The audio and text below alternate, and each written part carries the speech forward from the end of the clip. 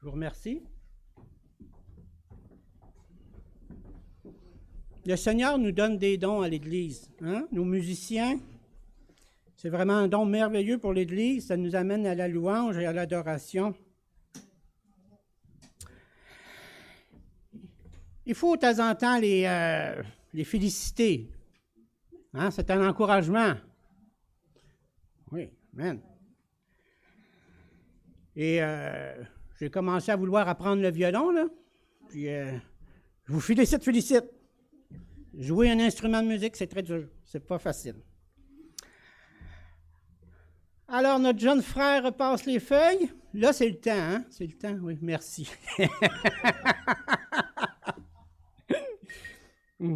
Tu vois?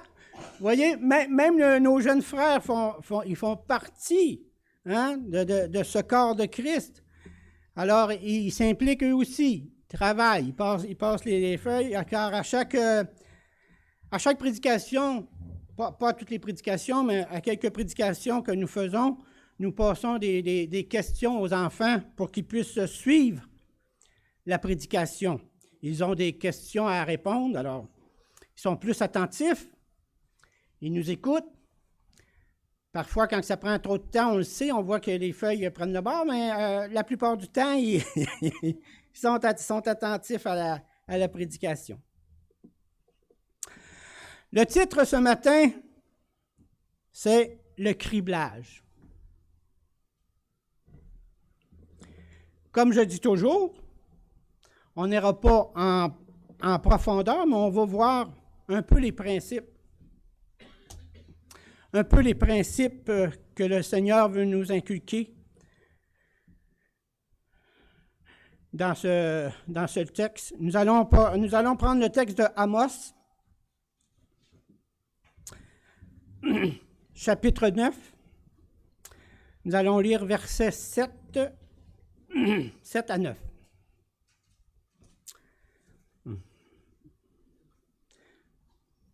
Amos, chapitre 9, versets 7 à 9.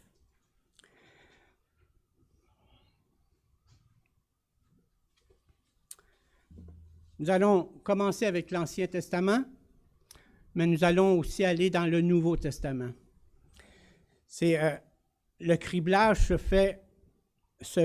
fait autant du peuple qui sortait d'Égypte comme qui se fait aujourd'hui encore.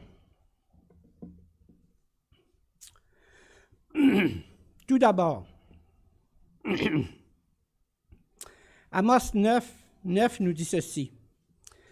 Il déclare, « Car voici, je donnerai mes ordres et je secouerai la maison d'Israël parmi toutes les nations, comme on secoue avec le crible, sans qu'il tombe à terre un seul grain. » Je voulais vous lire tout de suite ce verset, ce verset-là, parce que c'est un verset qui nous donne cette assurance, qui nous donne l'assurance que malgré que nous allons être passés au crible, malgré que nous allons être passés au tamis, malgré que nous allons être passés au van, on dit-tu van ou van? V-A-N, van. Pas un seul, et je le répète, pas un seul grain ne tombera à terre. Frères et sœurs, toute action de criblage ou passer au crible se produit sous l'ordre et la permission de Dieu seul. Nous avons cet exemple dans Job, que Satan se promenant parmi les fils de Dieu, il a été voir Dieu, puis il a commencé à parler avec Dieu de Job, puis tout ça. Si Dieu lui aurait pas donné la permission de toucher aux choses de Job, il n'aurait eu aucun pouvoir. Il n'aurait rien fait, il n'aurait pas pu faire rien. Satan a beau tenir le crible, c'est Dieu qui secoue. La parole nous l'explique, elle nous le dit. Amos le déclare. Tout d'abord, qui est Amos? C'est un prophète originaire de Tekoa. Il partit de là pour Béthel. C'est un prophète qu'on retrouve dans la parole, bien entendu. Et c'est un prophète qui il y a seulement que 9 chapitres. Merci. Ma conscience vient de me parler, je pense. Elle m'a dit 9 chapitres. Seulement que 9 chapitres, vous avez raison. Bon, il part puis il s'en va à Béthel, dans le royaume de Juda. Et comme vous venez de le dire, il n'y a seulement que 9 chapitres. Et ils sont divisés comme suit. Le chapitre 1 et 2 relatent les reproches sévères et spécifiques que l'Éternel adresse au royaume d'Israël et aux pays voisins. Le chapitre 3 à 6 donne les détails sur la nature du conflit qui opposait Dieu et son peuple. Et les chapitres 7 à 9 décrivent l'intervention imminente de Dieu. Et tout spécialement, nous allons lire du verset 7 à 9 dans le même chapitre 9. Nous allons nous attarder sur ces 3 versets. Alors, tournons dans Amos.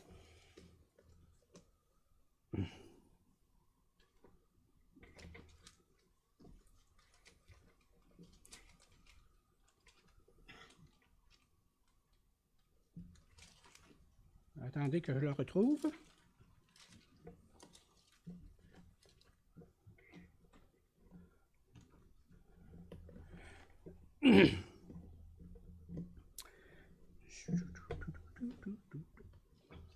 J'ai déplacé ma corde.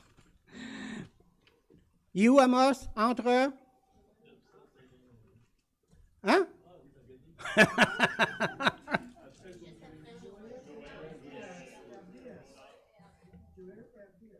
Joël? OK. Juste avant Jonas. Comme je vous ai dit, je viens tout juste de changer de Bible. Dans mon autre, je me retrouvais facilement. Mais dans celle-là, j'ai un petit peu plus de misère. Joël, le là. OK. Amos. Merci, frères et sœurs.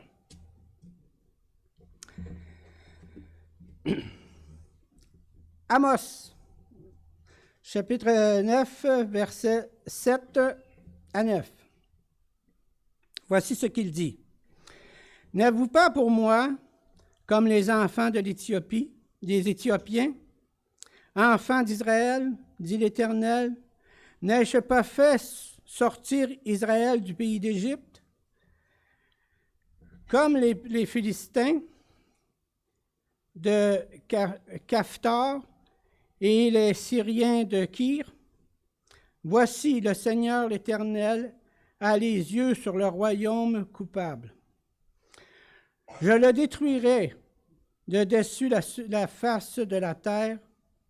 Toutefois, je ne détruirai pas entièrement la maison de Jacob, dit l'Éternel, car voici, je donnerai mes ordres et je secouerai la maison d'Israël parmi toutes les nations, comme on secoue avec le crible, sans qu'il tombe à terre un seul grain.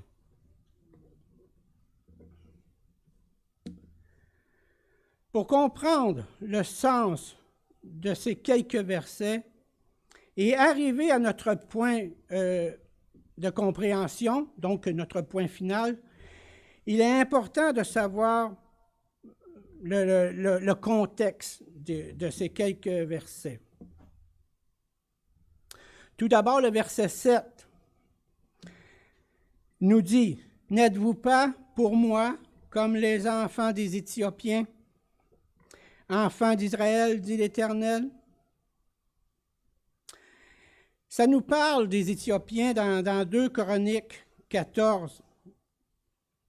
2 Chroniques 14, 8 à 14, ça nous parle d'une armée qui s'attaque au roi Asa. Il dit qu'il y a 1 million d'hommes et 300 chars. Cette armée était puissante, elle était grande en nombre. Mais l'Éternel frappa l'armée devant Asa et devant Juda. Et l'armée prirent la fuite. C'est un texte qui nous parle justement des Éthiopiens. Et nous allons regarder ensemble. Retournons dans 2 Chroniques. On n'y va pas très souvent dans l'Ancien Testament. 2 Chroniques 14. Non, c'est pas vrai, on y va souvent dans l'Ancien Testament. Car c'est en sachant où on vient qu'on sait où on va.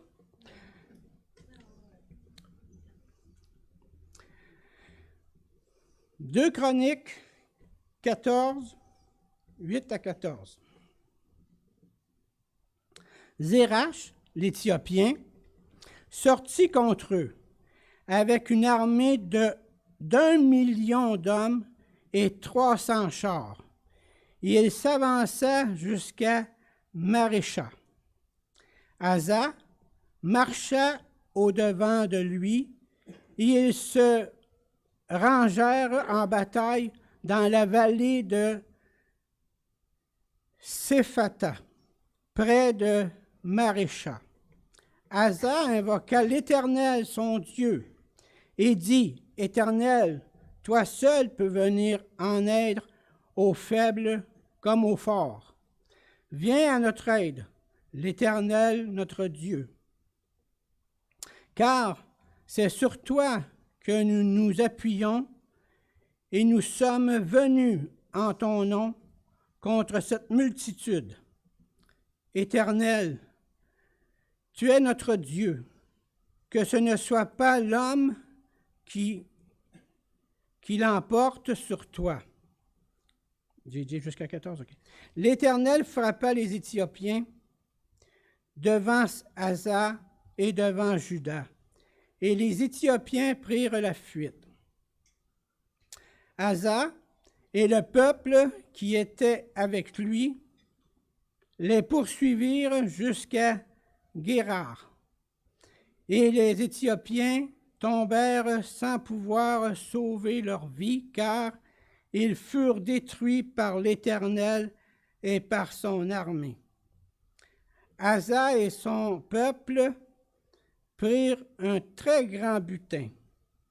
Ils frappèrent toutes les villes des environs de Guérar, car la terreur de l'Éternel s'était emparée d'elle. Et ils pillèrent toutes les villes dont le butin fut considérable. Ils frappèrent aussi les tentes des troupeaux et ils amenèrent une grande quantité de brebis et de chameaux, puis ils retournèrent à Jérusalem. Nous voyons ici que c'est Dieu qui a combattu pour Asa et pour Juda. C'est Dieu, et dans la prière d'Asa, nous voyons qu'il s'en remet entièrement à Dieu, à l'Éternel. C'est un texte qui nous montre que par nos propres forces, nous ne pouvons pas faire grand-chose. Dieu combattra pour nous.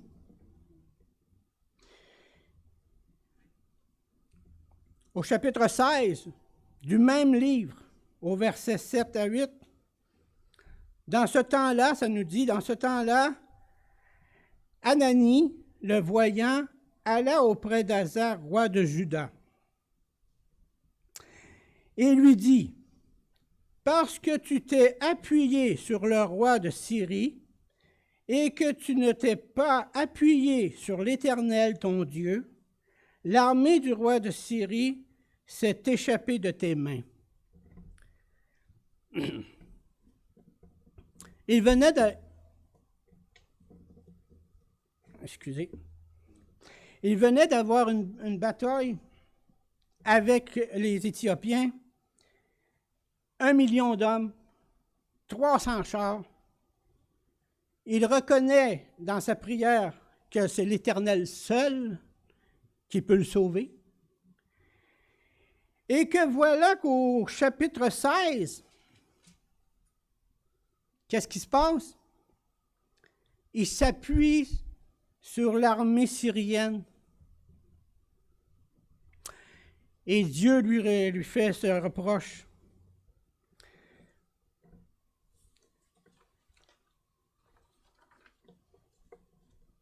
Ayant été dans la victoire, il aurait dû se reposer dans les mains de l'Éternel.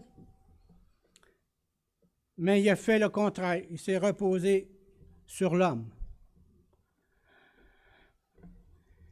Il dit au verset 8, « Les Éthiopiens et les Libyens ne formaient-ils pas une grande armée avec des chars et une multitude de cavaliers?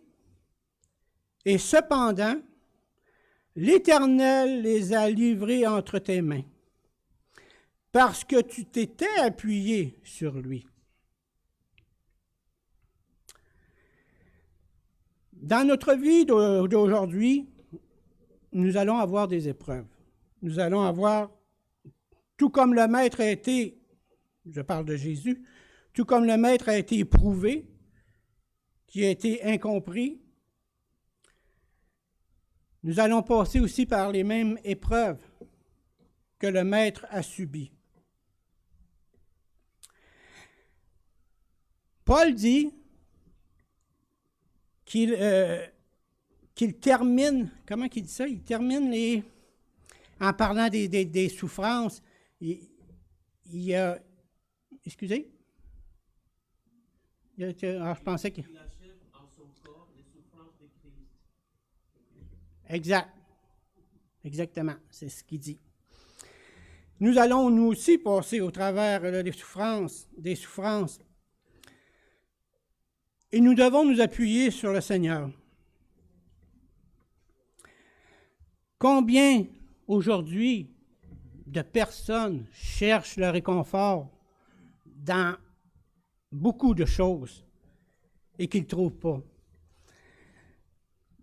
Mon pasteur avait cette réflexion.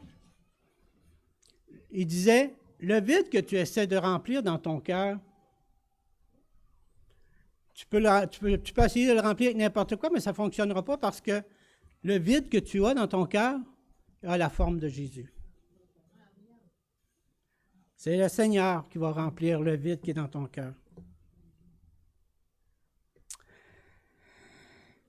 Et le Seigneur poursuit, l'Éternel poursuit au verset 7 qui dit, « N'ai-je pas fait sortir Israël du pays d'Égypte, comme les Philistins et Caphtor, et les Syriens de Kyr? Voici, le Seigneur l'Éternel a les yeux sur le royaume coupable. Je le détruirai de dessus la face de la terre. Toutefois, je ne détruirai pas entièrement la maison de Jacob, dit l'Éternel. » L'Éternel, le Seigneur, a toujours un reste. Et quand on regarde l'histoire d'Élie, Élie se pensait seul. Il avait passé par une période assez difficile avec la reine, comment elle s'appelle? Comment? Jézabel, et voilà. il y a eu il y a eu un moment difficile avec. L'Éternel l'avait envoyé au torrent pour qu'il puisse manger de la viande que les corbeaux y emmenaient, puis du pain. Il se pensait seul. Il dit, je suis toute seule, l'Éternel, Seigneur, je suis toute seule. Il dit, non, non, j'ai toujours un reste. J'ai 5000? 7000 qui sont cachés dans une grotte.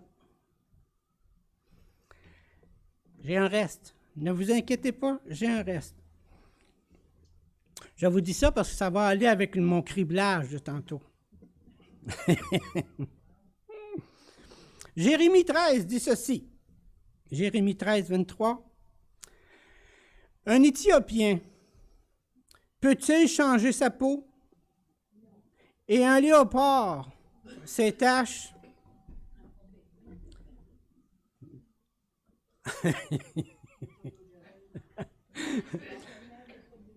OK, écoutez bien. De même, pourriez-vous faire le bien, vous qui êtes accoutumés à faire le mal? Non. De nous-mêmes, c'est vrai, on ne peut pas. Isaïe 17, 5 dit ceci. 17, 5 et 6. Il a averti le peuple. Il en sera comme le moissonneur. Je vous ai dit, Isaïe 17, 5 et 6. Il en sera comme quand le moissonneur récolte les blés et que son bras coupe les épis. Dans les villes de Réphaïm, il en restera un grappillage, comme quand on secoue l'olivier, 2, 3 olives au bout, en haut dans la cime, 4, 5 dans ses branches à fruits, dit l'Éternel, le Dieu d'Israël. Il parle de la vallée de Réphaïm. Réphaïm, c'est une cité qui fait partie de la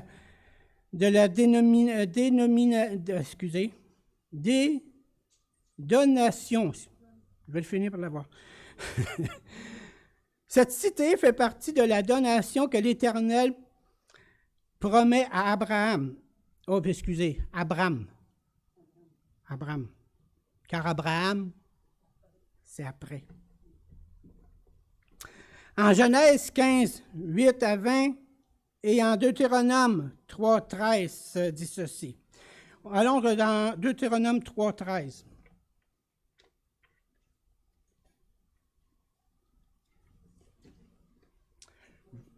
Vous faites chercher ce matin, c'est bien, c'est bon qu'on cherche. Ça nous fait comprendre la parole. Deutéronome 3,13 dit ceci.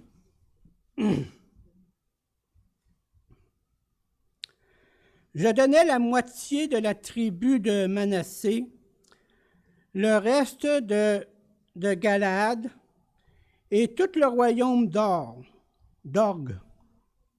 ou Og, O-G, D'-O-G, Og, en Bassan. Toute la contrée d'Argob, avec tout Bassan, et ce qu'on appelait le pays des Réphaïm. Je voulais m'arrêter un peu sur ce pays qui est en Réphaïm, parce que ça m'a toujours intéressé de voir qu'il parlait d'une race de géants dans la parole. Et on se posait toujours des questions. Qu'est-ce qu'un géant? Nous, on est une génération petite. Alors, un géant, c'est quoi, 10 pieds? 12 pieds? Il y a dans il y a dans un texte qui parle d'un lit, le lit du géant. Combien qu'on avait mesuré, Carole, je ne me rappelle pas. C'était 9 mètres. 9 mètres par 6 mètres, si je ne me trompe pas, de large. C'était son lit. Alors, ça fait pas mal grand. D'ailleurs, hier, j'en ai vu des géants. J'ai vu 2 géants. Bon, lui, il n'était pas vraiment géant, mais mon oncle André, c'est un 6 pieds 3, mais son garçon, il fait 2 têtes par-dessus lui. Il mesure presque 7 pieds. Je lui parle de même.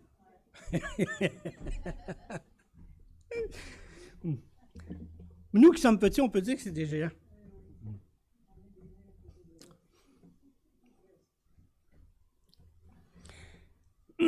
Alors, nous avons lu Deutéronome.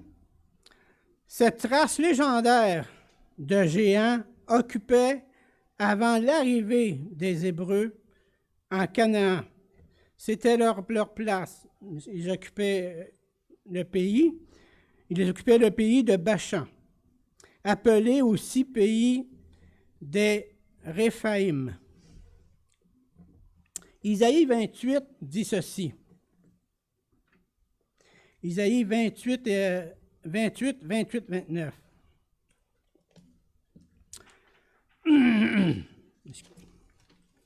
Isaïe 28.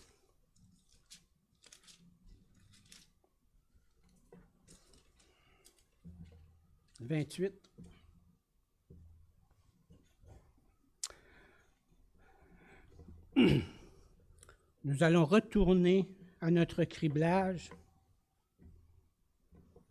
C'était juste une petite interruption pour dire que ça m'a toujours fasciné, ces passages de la parole qui parlaient de géants. On bat le blé, mais on ne le bat pas pour toujours. On y passe la roue du chariot et les chevaux, mais on ne l'écrase pas. Cela aussi vient de l'Éternel des armées. Admirable est son conseil et grande est sa sagesse. Voyez-vous, c'est l'Éternel qui tient le tamis. Peu importe ce qui vous arrivera, comptez sur le Seigneur. Parfois, on veut prendre le contrôle, on veut diriger, pensant qu'on fait la meilleure chose. On se plante toujours. Laissons les choses au Seigneur. Comment? Dans la prière, la supplication, l'adoration. C'est avec sagesse que le Seigneur nous conduira. En Amos, nous retrouvons l'action, justement, que je parlais, l'action directe du ciel. Le texte dit « Je secouerai la maison d'Israël ». Frères et sœurs, Satan, tel un subordonné, peut tenir le tamis avec l'espoir de détruire le blé. Mais la main souveraine du maître procède à la purification du grain. Par le processus que Satan espérait qu'on soit détruit, qui se réjouissait même à l'avance de son action, voilà que le Seigneur en fait une chose merveilleuse. Oui, par ce processus même que l'ennemi voulait destructeur, le Seigneur nous fortifie, nous fait grandir. Ézéchiel 36, 29 dit « Je vous délivrerai de toutes vos souillures. Passer au crible, c'est de nous purifier, c'est d'enlever les souillures. J'appellerai le blé et je le multiplierai. Très bonne nouvelle. Hein? Le blé va se multiplier. On va avoir des frères, des sœurs partout, dans l'abondance. Je ne vous enverrai plus de quoi? De famine. La parole sera proclamée. La parole sera annoncée à tous. Vous qui êtes le précieux blé sur l'aire du Seigneur. Et je parle à vous, là.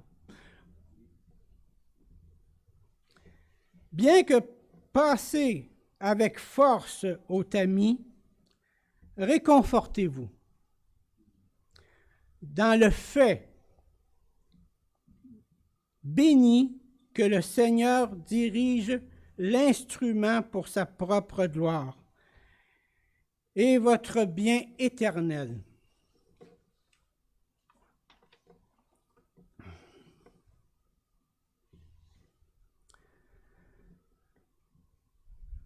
Frères et sœurs, le Seigneur Jésus utilisera certainement le van qu'il a à la main pour notre bien. Matthieu 3, 12, Jean-Baptiste déclare, « Il a son vent à la main, il nettoiera son aire, il amassera son blé dans le grenier, mais il brûlera la paille dans un feu qui ne s'éteindra point. » Présentement, nous avons vu 3 façons de purifier le blé. Premièrement, c'est de le passer au tamis. Passer au tamis, c'est un instrument rond avec des trous qui secouent. Les petits morceaux de paille et d'écorce du blé tombent en dessous. Et puis le blé en sort. Mais il y a une autre étape aussi avec le van. Le van, c'est un grand panier plat. Les personnes se mettaient dos au vent. Et là, ils envoyaient le blé dans les airs. Le vent poussait la paille. Et puis le blé retombait dans le vent. Ça l'épurait, ça enlevait les cochonneries qu'il y avait dans le blé.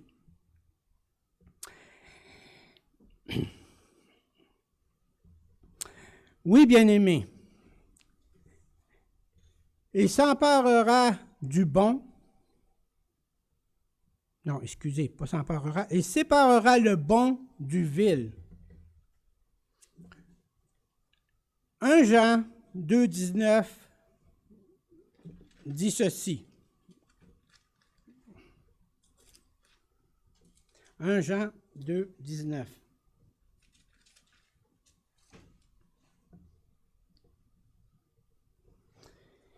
Ils sont sortis du milieu de nous, mais ils n'étaient pas des nôtres. Car s'ils avaient été des nôtres, ils seraient demeurés avec nous, mais cela est arrivé afin qu'il soit manifesté que tous ne sont pas des nôtres. Et dans Romains, il dit, tout ce qui descend d'Israël ne sont pas Israël. Le tas qui repose sur l'air n'est pas formé que de bons grains. C'est pour cela qu'il faut battre le grain. C'est en nous passant au crible que le Seigneur nous fortifie et qui sépare. En Isaïe 21, 10, ça dit ceci, « Ô mon peuple, qui a été battu comme du grain dans mon air. Ce que j'ai appris de l'Éternel des armées, Dieu d'Israël, je vous l'ai annoncé. Dans le tamis seul, le vrai poids de la valeur. L'enveloppe et la balle, vides de substance, s'envolent avec le vent, et seul le bon grain reste. Luc 22, 31. Le Seigneur dit, Simon, Simon, Satan vous a réclamé pour vous cribler comme le froment.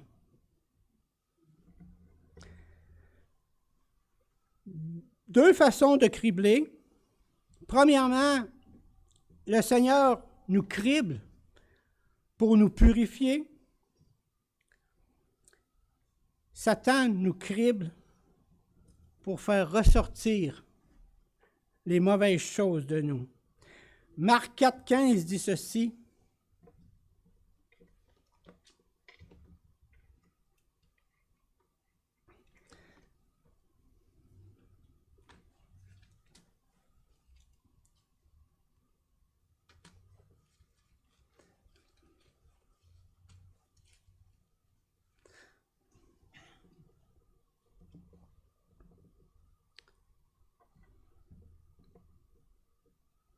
C'est la parabole du semeur. On va commencer à 13. Il leur dit encore, vous ne comprenez pas cette parabole? Comment donc comprendriez-vous toutes les paraboles? Le semeur sème la parole. Les uns sont le long du chemin où la parole est semée. Quand ils l'ont entendu, aussitôt Satan vient et enlève la parole qui a été semée en eux. Ils cherchent toujours à détruire. Ils cherchent toujours à faire ressortir en nous ce qui est mauvais. Nous voyons au verset 8, au chapitre 8, verset 33, ceci dans Marc.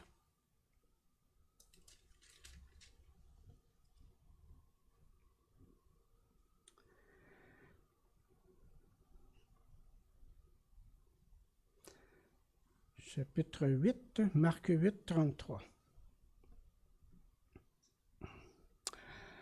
Mais Jésus, se retournant et regardant ses disciples, réprimanda Pierre et dit, « Arrière de moi, Satan, car tu ne conçois pas les choses de Dieu, tu n'as que des pensées humaines. » La chair s'affilie, hein? Les mauvaises choses, nos mauvaises pensées. Satan se sert de nos faiblesses pour nous faire chuter. Certains, c'est l'alcool. D'autres, c'est les femmes. D'autres, ça peut être la gourmandise, l'orgueil. Il y a le choix. Il y a le choix. Mais que dit la parole? Après avoir dit que Simon fut réclamé pour être criblé, comme le froment,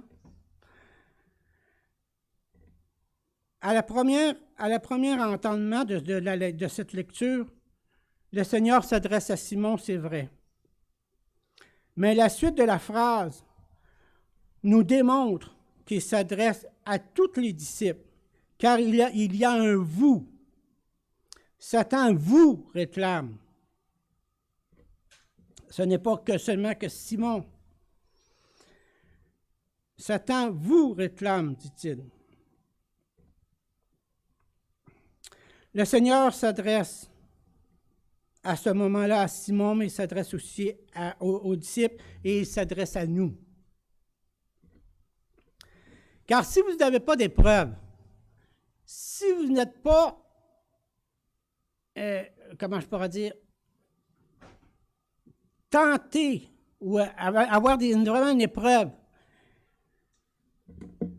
bien, sachez que quand Satan pense qu'il vous a, il ne vous achale pas. Simplement. Satan va vous achaler lorsque vous faites les œuvres du Seigneur. Lorsque vous lui tournez le dos et que vous allez vers le Seigneur, c'est là qu'il va vous attaquer.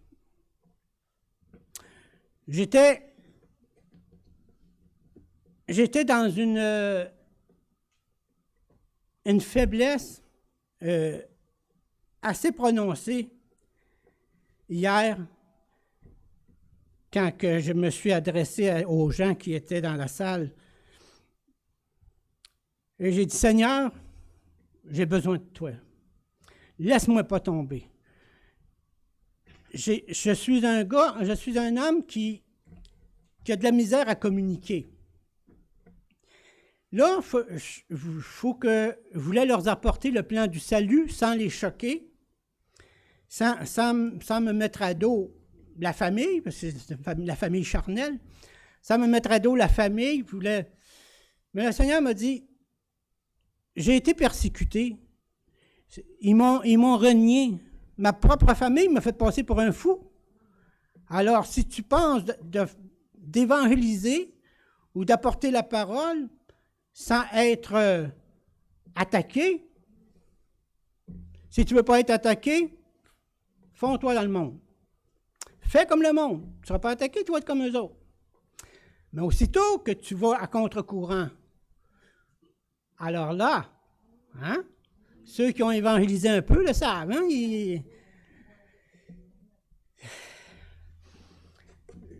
J'ai demandé au Seigneur, Seigneur, tu m'aides, je vais apporter le plan du salut. Et je leur ai apporté le plan du salut, et comme je vous ai dit tantôt, la parole est vivante. Si je l'aurais apporté en mes mots, si j'aurais voulu leur apporter le plan du salut à ma manière, je suis sûr que je m'en aurais fait des ennemis. Car c'est la parole qui agit, c'est le Saint-Esprit qui va faire une œuvre en eux. Et cela, on retrouve ça dans la parole, en appliquant la parole. Je leur ai apporté mot pour mot ce qui était écrit dans la parole. Et le Seigneur a agi. Je me souviens au début de ma conversion, oui. J'étais zélé, mais d'une mauvaise façon. J'achalais le monde. Je les condamnais.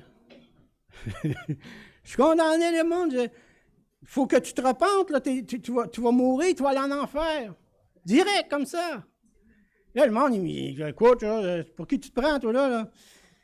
Il y en a qui sont venus au Seigneur parce qu'ils ont reçu cette sagesse-là d'écouter. Mais il y en a d'autres qui m'ont complètement viré de bord. Puis qui sait si je dis par mon zèle que je n'ai pas comment je pourrais dire, qui sait? Faisons confiance au Seigneur. La parole nous dit d'annoncer le salut, peu importe que ce soit en bon temps ou en mauvais temps, il n'y a pas de temps pour annoncer le salut, d'annoncer la parole de Dieu. Soyons de bons serviteurs. Car après, en arrivant chez moi, je me suis mis à lire la parabole des serviteurs des mines. Il donnait à l'un 5 mines, il donnait à l'autre 3, et il donnait à l'autre 1 mine. Et ceux qui les ont fait fructifier, le Seigneur leur dit, c'est bien, bon serviteur, entre dans la présence de ton maître. Alors que le seul qui a caché la mine, lui, il a dit que tu aurais dû la faire fructifier, tu aurais dû l'annoncer. Alors je me suis senti, c'est un encouragement que le Seigneur m'a donné. Il m'a dit, Sylvain, tu as écouté, tu as prêché le salut, et c'est ce que le Seigneur attendait de moi. Je n'ai pas été comme Jonas, même parce qu'il n'y avait pas de gros poissons pas loin. Merci Seigneur. C'est lui qui nous donne le vouloir et le faire. Et? Ah, c'est sa force qui nous fait le faire. Amen. Oui, c'est un Dieu tout-puissant. Alors, donc, ça s'adresse aussi à nous, d'annoncer la parole. Et lorsque nous annonçons la parole, inquiétez-vous pas que Satan va se charger de nous attaquer. Satan vous réclame. Pierre le certifie en 1 Pierre 5, 8. Il nous dit, « Soyez sobres, veillez, votre adversaire le diable rôde, comme un lion rugissant. »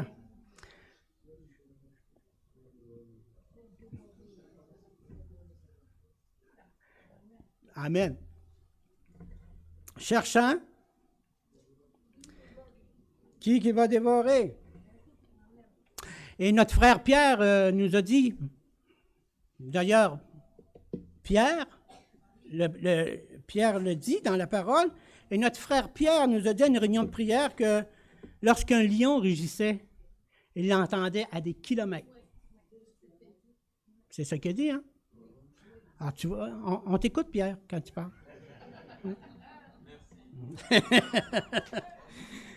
Alors, imaginez-vous, il rugit comme un lion. Il veut nous dévorer. À qui appartient la victoire? Amen. La victoire appartient au Seigneur. Il peut rugir quand il veut. Il peut tenter quand il veut. Mais nous avons cet appui merveilleux dans le Seigneur. Et la victoire, oui. Parfois, nous chutons. Ça peut arriver. Mais dans la prière, le Seigneur nous redonne la force.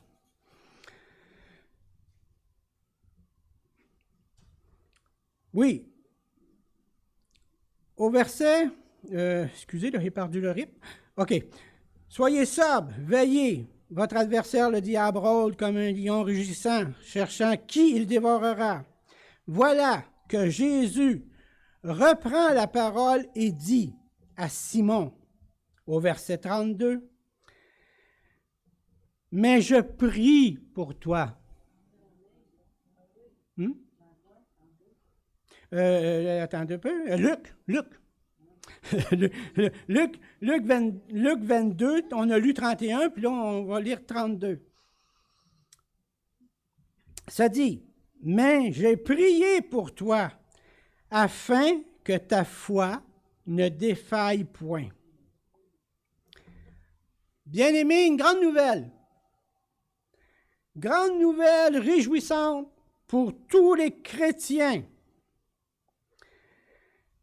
Simon était sûrement réconforté de savoir que le Seigneur priait pour lui, afin que sa foi ne défaille pas. Mais savez-vous, il prie pour nous. Il prie pour nous.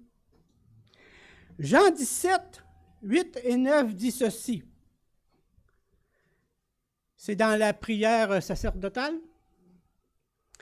« Car je leur ai donné les paroles que tu m'as données, et ils les ont reçues.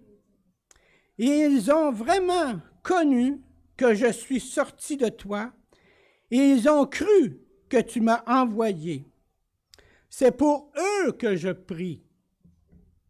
Je ne prie pas pour le monde, mais pour ceux que tu m'as donnés, parce qu'ils sont à toi. Il prie pour nous. Il est notre médiateur, notre avocat.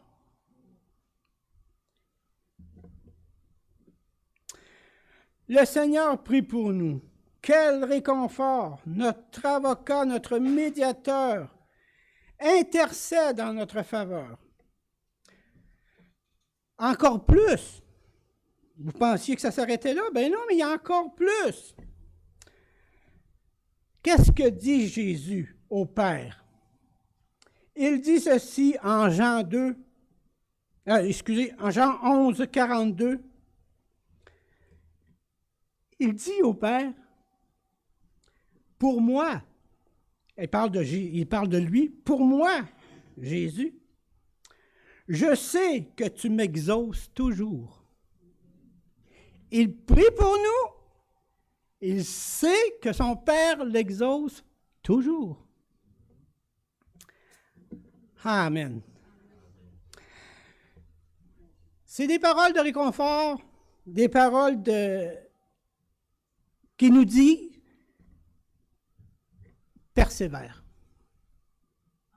avance, continue à proclamer ma parole, continue à entendre l'enseignement et applique-la dans ta vie.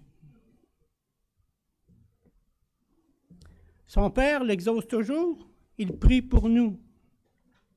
Le Saint-Esprit intercède en notre faveur quand nous ne savons quoi dire dans nos prières. Qu'est-ce que vous voulez de plus? Mettons-le en pratique. Amen.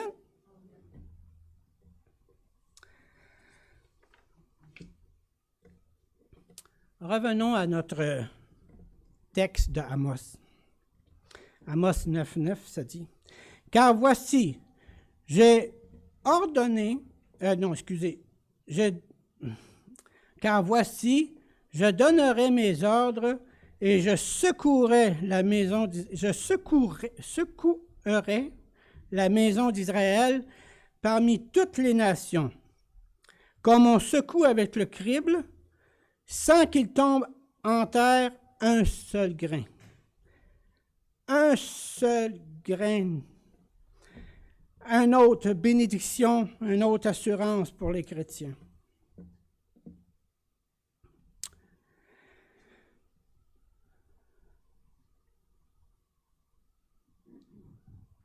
Bien-aimés, remarquez l'entière sécurité du blé, de notre sécurité, du blé du Seigneur. Même le plus petit grain jouit d'une promesse de préservation. Dieu lui-même passe au crible. Il s'agit donc d'une œuvre éprouvante et terrible, car il faut qu'il nous purifie, il faut que nous soyons débarrassés de nos impuretés. Il crible partout, dans tout le monde entier, il crible, parmi toutes les nations, et il le fait de la meilleure et la plus efficace des manières. Comme on secoue avec le crible, nous dit-il. Il ne permet pourtant pas que même le grain le plus petit, le plus léger et le plus flétri tombe à terre. Chaque croyant est précieux aux yeux du Seigneur. Amen. Seigneur Tout-Puissant, nous te remercions, Seigneur, pour cette parole, pour ces vérités. Nous te remercions, Seigneur, car nous pouvons nous appuyer sur toi dans toutes circonstances. Tu es notre Dieu, tu es notre libérateur, tu nous donnes la paix à travers les épreuves. Dans la joie, tu réunis tes enfants, dans des cantiques et des louanges, nous t'adorons et te célébrons. Seigneur, fais de nous de bons serviteurs, de bons dispensateurs de ta parole. Peu importe notre situation, peu importe notre classe sociale, nous avons tous en commun Jésus-Christ comme Seigneur et Sauveur. Et c'est toi, Seigneur, qui dirige ton Église. C'est toi, Seigneur, qui nous donne le vouloir et le faire. Oui, répands ta parole dans ce monde. Sois, Seigneur, pour nous et pour tous ceux qui nous entourent, le centre de nos vies. Tu es un Dieu vivant, un Dieu puissant. Augmente, Seigneur, ces chrétiens. Oui, Seigneur, attire à toi ceux qui t'appartiennent.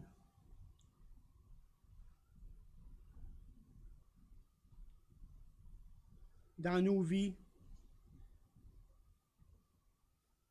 que tu sois loué et proclamé. Que tu sois le centre de nos vies, Seigneur. Pour ta gloire et pour notre bien. Amen.